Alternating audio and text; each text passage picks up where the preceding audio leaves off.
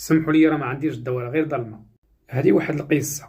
واحد الراجل كيحماق على مراته وكيتسطى عليها، ولكن ما كيعيش معها الرومانسيه. واحد النهار دخل وهو يلقاها كطير غير مع راسها وكتقول علاش انا راجلي ما كيعيش معايا الرومانسيه.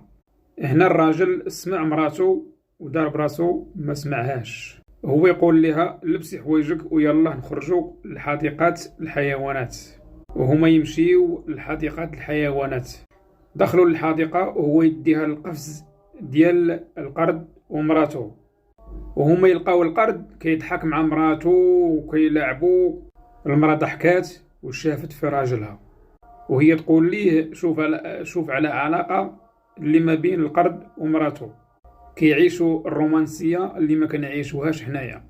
هنا الراجل قال لمراته مازال ما كملناش الدوره في الحديقه، يلا نزيدو. داه القفز ديال السبع ومراته اللابؤه، وهي تشوف السبع جالس بعيد من اللابؤه مراته ومعصب وطالع ليه الدم.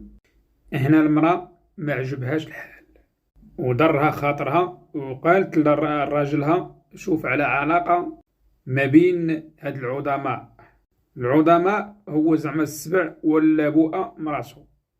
قالت ليه شوف كيفاش جالس، شوف كيف كيهضر معاها ما والو.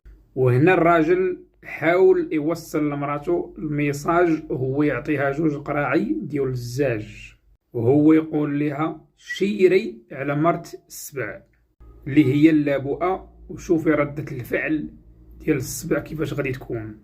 خدات القرعه وهي تشير على مرت السبع، وهنا السبع هو ينوض وبدا يغوت وبغى يخرج من الشبيك وما نعرف بغى يدير شي حاجه اللي بغى يطير.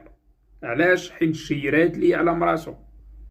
وهنا الراجل عطى القرعه الثانيه لمراتو وقال لها شيري على مرت القرد وشوفي ردة الفعل ديال القرد.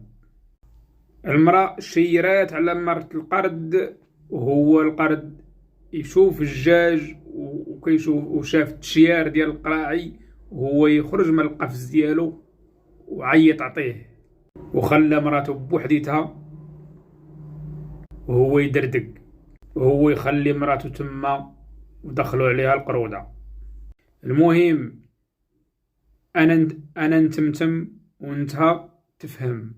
اذن السبع ما كيبينش الحب ديالو، واذن القرد يضحك ويلعب وما نعرف، ولكن انما توصل للصح يهرب ويسمح فيك.